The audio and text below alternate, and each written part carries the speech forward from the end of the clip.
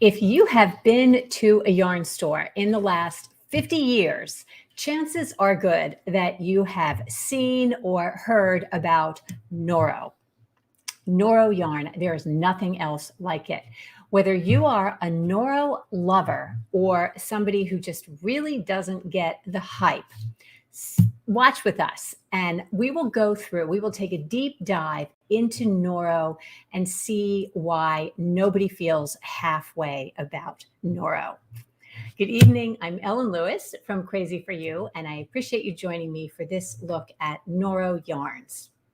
So I'm so glad you guys are here. This is going to be so fun. We've already got a bunch of people. We've got Rita and Glenn and let's see, Polly, Amelia, Jal. Hey, everybody. Hey, Eveline. Hey, Barb. So fun. Hey, Gretchen.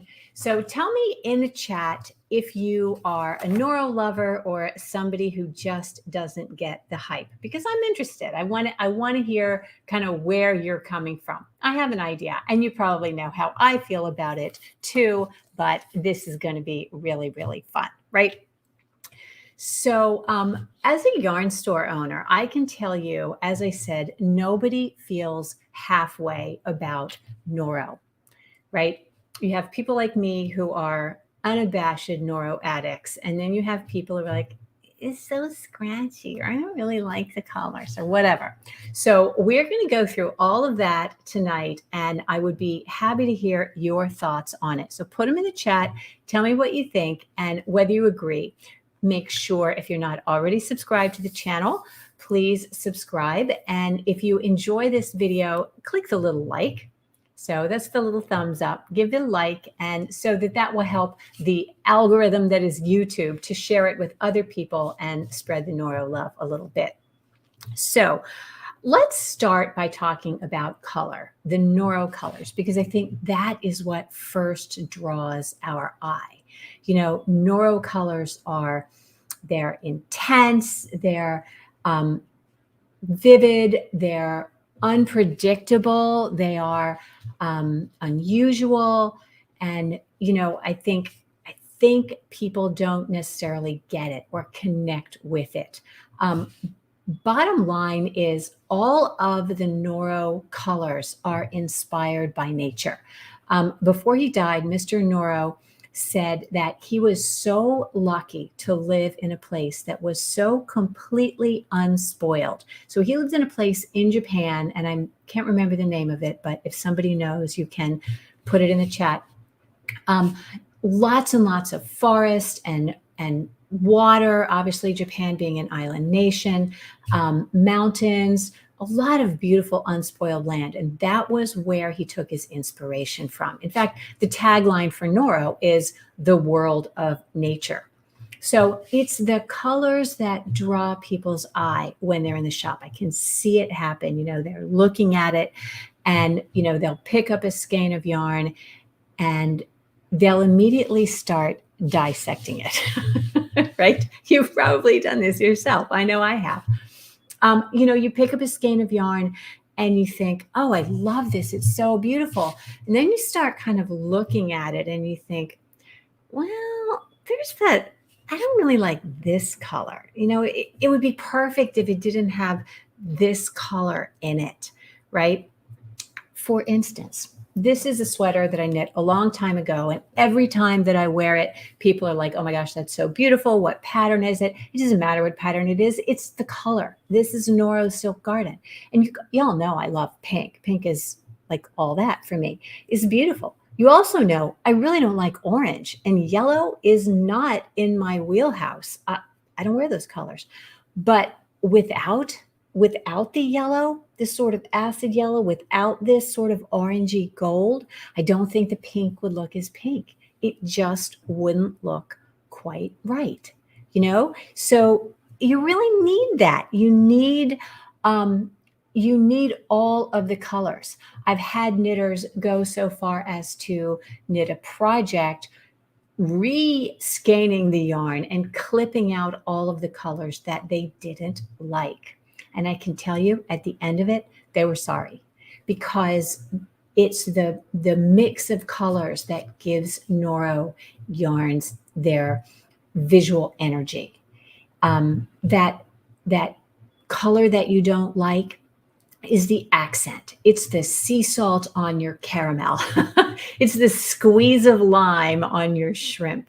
You know, you're not going to eat a whole lime and you're not going to eat a big spoonful of sea salt, but it's that little bit that makes the other colors pop. I mean, when you think about that in nature, it's so true. I mean, think about like lilies. Casablanca lilies are my favorite. Stargazer lilies with their beautiful pink petals and burgundy spots at the throat and that little bit of green down in the bottom. And then there's those big orange stamens full of pollen. And you're like, ugh, I don't love that color. But that's part of it. It's just part of the whole. And, you know, I always say that Noro is kind of like life. It's the exciting times in our lives sort of juxtaposed with the drabber times in our life that makes us appreciate the more exciting times all that much more. You know, if they were all exciting, then we wouldn't have kind of this balance. So some people pick a bright color and pull out the colors that they don't like. Other people, typically Noro lovers, will pick a color that's kind of drab all over, kind of mainly drab, just for one color in it. So here's an example. This mostly gray and black and brown, but there's this little bit of purple in here and this little bit of acid green, which is not my color. Acid green does not do it for me, but this is one of my favorite sweaters. You know, that little bit of purple in there. When you're working with Noro like that, where it's mostly drab with just a little bit of color, I say that's like mining for precious jewels. You know, it's like digging through rock and stone, and then you see that vein of sapphire or turquoise or whatever it is. I mean, I haven't ever mined for gems, of course. I only know what I see in the books, but I imagine that it's that kind of excitement when you are mining for precious stones, you know, and seeing that little bit pop through. It's just fun. I can tell you that I've had people tell me how they stayed up way later than they should have so that they could get to their favorite point in the Noro yarn. They could get to that color and see how it evolved. So that's really fun. Looks like we have some interesting comments. Let's see what everybody has to say. Hi, Terry. All right, here's Gretchen. She is not sure, still needs some convincing. All right, well, stay with me, girlfriend. All right. Really on the fence. I've said for years that I didn't like it, but now I have some Akari. Okay. All right. Come over to the light side. Yes. All right, Polly. I love the colors, but I was not a fan of the sticks and debris the first time I knitted it. We will talk about all of that. Jal likes the cotton blends. Hi, Jan. Hey, everyone. She says, hey, everyone, I love Silk Garden. It seems to soften with each wash. Kureyon was a little scratchy for me. Okay, good to know. I love it. So you guys are leading me right along. Let's see. I have all these notes that I wanted to share with you. Okay, so the texture of Noro. Since you brought it up, let's talk about the little twigs in there, okay?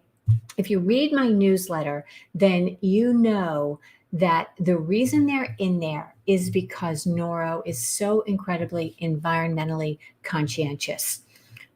They really want the yarn to be as processed as little as possible. So they do the cleaning of the fleece. It's all, I have the name of the organization that certifies it right here. The Australia's Commonwealth Scientific and Industrial Research Organization certifies that the yarns are completely cleaned. But after they've been washed and combed and carded and all of that stuff, most yarns are subjected to a process called scouring, which is immersing the the roving or the fleece into a strong, strong acid. And what that acid does is it attacks all of the cellulose. So those little sticks and stuff in there, they're not really sticks. They are tiny. They are finer than a pin, but obviously when you're knitting with it, you're going to feel them. Those strong acids dissolve the that little remaining bit. Okay, Noro opts not to do that. It's just not environmentally friendly to do that. You have all of this acid that you've used, and then in order to bring the pH back, you have to immerse it in a strong base. So neither of those is good for the planet, the waste of it, and it's just not, it's not good on the wool. It's hard on the wool itself. So they opt not to do that. The yarn is still smooth. I think I don't mind picking that out. To me, it's almost an endearing reminder of what Noro stands for and how they are so environmentally friendly. So I don't know if that helps explain sort of why they're there or how they happen to stay there. But that's why. Okay. So let's see, what else did I want to tell you? Okay, the texture. I wouldn't, a lot of you have said it's scratchy. I hear that. I hear that it is scratchy. I will say that Noro Kureyon, which is the yarn that most people had their first Noro experience with, is not the softest yarn. But as you know, softness and durability are inversely proportional, like temperature and volume. No, those are directly proportional. Temperature and pressure, right? As temperature goes, no, they're directly proportional. Somebody help me. It's like too much alcohol and good judgment, right? As one goes up, the other one goes down. PV, pressure and volume. Okay, pressure and volume are inversely related, inversely correlated. I like alcohol and good judgment. They're inversely correlated as well. So the softer the yarn, the less durable it is. You know that super soft, softly spun yarns can pill very easily and felt on themselves. These sweaters that I have sort of behind me, that Noro really has stood the test of time. It does not pill like the others. And honestly, I keep these garments. They're the ones that remain in my wardrobe looking nice wear after wear. Okay, let's see. And as Jan points out, the yarns really, really do soften considerably when you give them a bath. You have to remember that Kureyon and all of Noro's yarns are woolen spun, which means that they are all of the fibers inside are kind of going in all these different directions. Whereas worsted spun, all the fibers are aligned and then they're fed into the spinner in that direction so that nothing gets all mixed up. But with a woolen spun yarn, the fibers are fed in the opposite direction. So they're all kind of jumbled up, and that makes for a lighter and loftier yarn. But it also means that there's more little ends to stick out everywhere. And it's those little ends that some people find irritating. I will also say that Kureyon has softened considerably over the past, I've been carrying it almost 20 years now. Over the past 20 years, I would say probably 8 years ago, I noticed that Kureyon was much, much softer. I don't know if that's due to a looser, a less tight spin or what, but it is beautiful and soft in a way that it never was before until you felted it. So if you wash those Noro yarns, not only do they open up and bloom into a beautiful fabric, but they do really, really soften. So let's see. Gretchen, I'm here for you. PV equals NRT. Yes, right. Thank you. Inversely proportional. If they're on the same side of the equation, they're inversely proportional. All right. You see why I did not become a chemical engineer. I I understand the relationship. When things get hot, they get, when gas gets hot, the volume expands, but whatever. I love you, Gretchen. Thanks for looking out for me. Okay, what else did I want to tell you? Okay, so the goal of Noro is to maintain as much of the look and feel of its raw materials as possible. So when you have a Noro wool, they want you to know, okay, this is wool. When you have a yarn that has silk or mohair in it, they want you to see it. This yarn has a band of Angora in it. They want you to know that it's there. It's very, very fuzzy. It's very fluff forward, I'll call it. So it actually shows you what it is. This silk is very prominent. All right, let's see. Somebody's laughing at me. Melissa, my first Noro project was a knit shawl in silk garden. Yep. I love to know that. Thank you for sharing that. Hi, Colleen. Mine is threading a needle versus the time to sew. There you go, Elise. Absolutely. So what else did I want to tell you? Talked about the bits and that. Oh, okay. So this spin is a little bit uneven on Noro. One, because it's a single ply, and two, because all of these things that we tend to think about as detractions from Noro are not mistakes or poor quality. These are very conscious decisions made by Noro to ensure that the yarn has the look and feel that he wants, right? This is not Italian cashmere. This is Noro. It's a very different animal. It is earthier.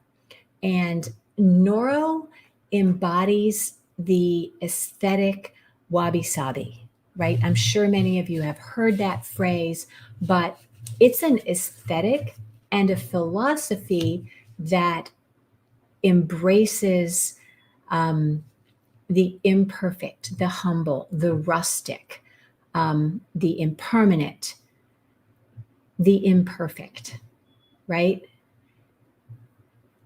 That's the look they're going for, right? It's not that, oh, I don't know how to spin this yarn, so I'm just going to do a poor job. No, they're purposefully doing a rustic looking yarn, right?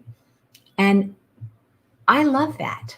I mean, to me, I think it's very touching, and I think it's very meaningful that you have a yarn that says, you don't have to be perfect or beautiful, or you don't have to be perfect to be beautiful and worthy of love. I'm going to say that again. You don't have to be perfect to be beautiful and worthy of love. So I think that's an amazing message that Wabi-sabi and Noro send out into the world. I think if we can sort of embrace that, we'd all be a lot better, because let's face it, life is not perfect. The happy times don't last forever. They're not perfect. Likewise, the tough times, the sad times, they don't last forever either. We have our ups, we have our downs, and we get through them all. And then when we look back, we see that we appreciate those bright times in relation to the difficult times.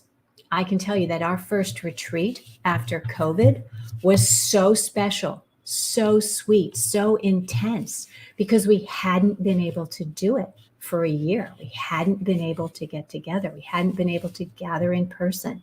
So I love that Noro kind of embodies that aesthetic and that philosophy.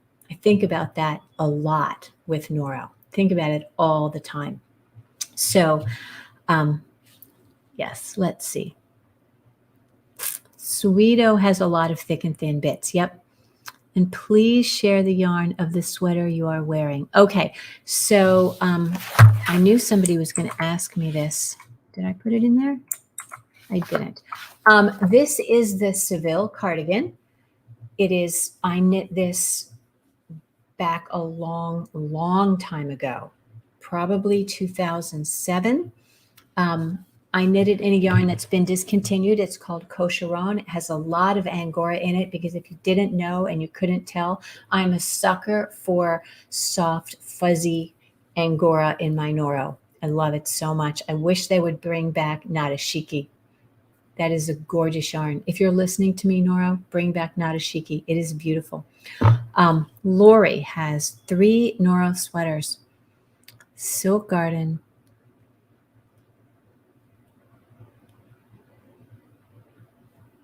Not your favorite. So the thing about Noro and the colors and the textures and all of those things, you don't have to do anything special for Noro.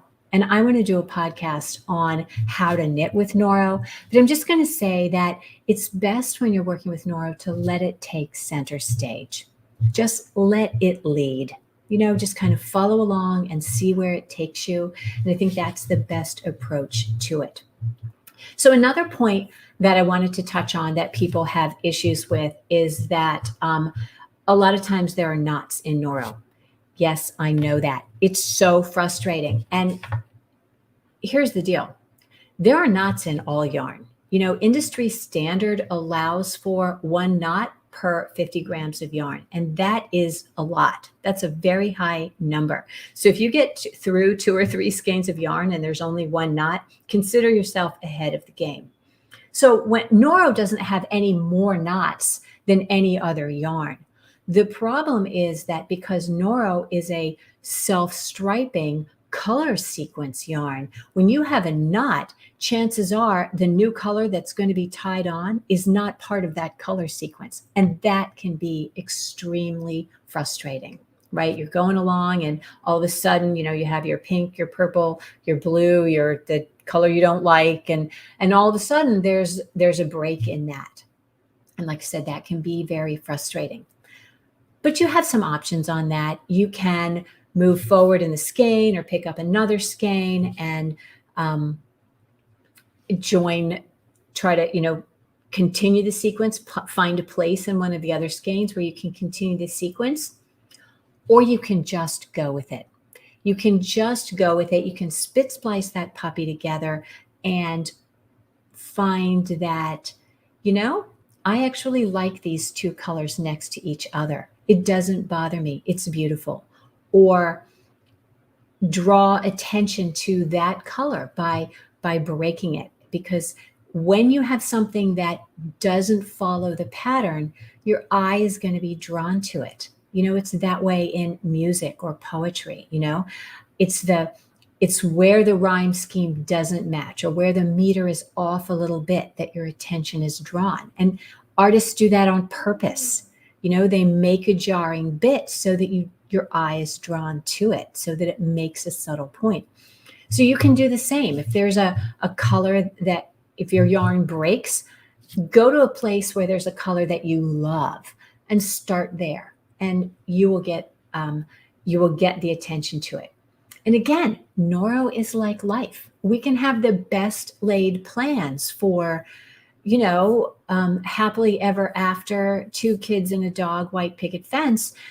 But, something could happen and it doesn't go that way. It doesn't work that way. And, as a mother of unexpected twins and a bonus baby at 38, your life doesn't always go the way it plans. But happiness comes realizing that you love the way it did turn out, and embracing that and being so pleased with the way things do turn out, because you never, I didn't ask for twins. I wasn't planning on twins, but oh my gosh, they were the best thing that ever happened to me. And my son that was born at 38, he was very much planned and wanted.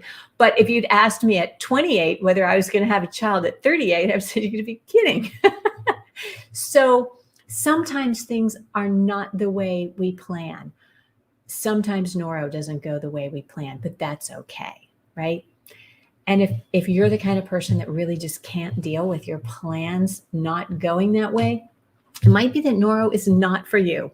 Or it might be that Noro is going to teach you to maybe learn to embrace that a little bit. So I don't mean to get too philosophical, but I really do feel like Noro is in many ways such a metaphor for life. All right, let's see what Norma has to say. I do like, yes. Okay, great. Okay, so I hope that wasn't like too deep. I wanted to share with you guys, while I have you here, I'm very excited about our Noro Club. So if you are a Noro addict, you definitely want to sign up for this because this is so fun, and this is going to be a way for you to try all of the Noro yarns that are in the current line. You're going to get a copy of the magazine delivered right to you. You're going to get a tasting of all of the yarns that are in the line. You're going to get 200 grams of Noro yarn and other little fun benefits. And I'm so excited because the boxes that I got for this just arrived today. They're so cool. I love them. I'm super excited. They have this cool magnetic opening. Oh, here it is. I love this. Are they so fun? So it opens and it's got yarn inside. So that is fun. And that is on the Crazy For You website. You can just search for Noro Club. I think it might even be right on the homepage. And that is going to be super fun. We have a Zoom tasting signed up, so you can do the tasting live with me. I have an interview with Noro designer Jenny Watson. She's gonna, not an interview, but a live Zoom call, so you can chat with her and hear her speak about Noro and her decade of designing for Noro and how she approaches it. And there'll be a lot of other fun stuff in there too if you're a member. So I think it's going to be really, really great. Okay, so what else did we talk about? Oh,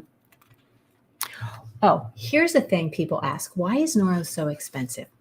Well, first of all, I just want to say Noro is not the most expensive yarn, yard for yard, that I carry in the shop, not by a jugful. But Noro does remember so many things by hand. The way that they create their colors, they dye the roving first, and then they feed it carefully by hand into the spinner in a particular order. And that takes a lot of time and effort to create the yarn that way. Okay. And I don't know the exact process that they do it. It's a very highly guarded secret, but I do know that it is much more labor intensive and hands-on than any other yarn there is. Secondly, they source their material from small farms. It's organic. And all of these things add up to smaller batch, higher labor costs, and, a really special product. So it's certainly more expensive than craft store yarn, but yard for yard, I don't think it's more expensive than any of the other beautiful yarns that you've seen and enjoyed at the shop. So let's see. Noro Club link is not opening. Oh my goodness. Just go to the homepage and click, type in Noro Club. That should bring it up. I will fix the link as soon as I get off here. I'm sorry. Yes, some of you have already signed up. It's going to be so wonderful. We're going to have such a great time, and there'll be lots of fun things in it. And I'm doing this season by season. So I'm just starting out, you don't have to sign up for a whole year. You're just going to sign up for this spring season. And I'll be sending out a survey so you can tell me sort of what your preferences are. Like maybe you really like a particular kind of color, or maybe you're just sort of dipping your toe into Noro. Maybe you want something that you're going to love. So you'll have a chance to fill out that survey so that I can pick something for you that's exactly what you want. I was originally thinking that I would just send everybody the same yarn in the same color. And I thought, no, I don't think I want to do that, because I really want people to have a wonderful, wonderful experience with the yarn. And get something that they can actually make something that they love with their big skein or 2 skeins or whatever. It's going to be 200 grams of Noros, which is plenty to make an actual project. And I'll have ideas for them that I will give you, and we'll just have a great time. And there's also like a little community that you can be in and share your thoughts on Noro and the tasting. So lots and lots of fun stuff. I'm super excited about it. This is my first time doing it.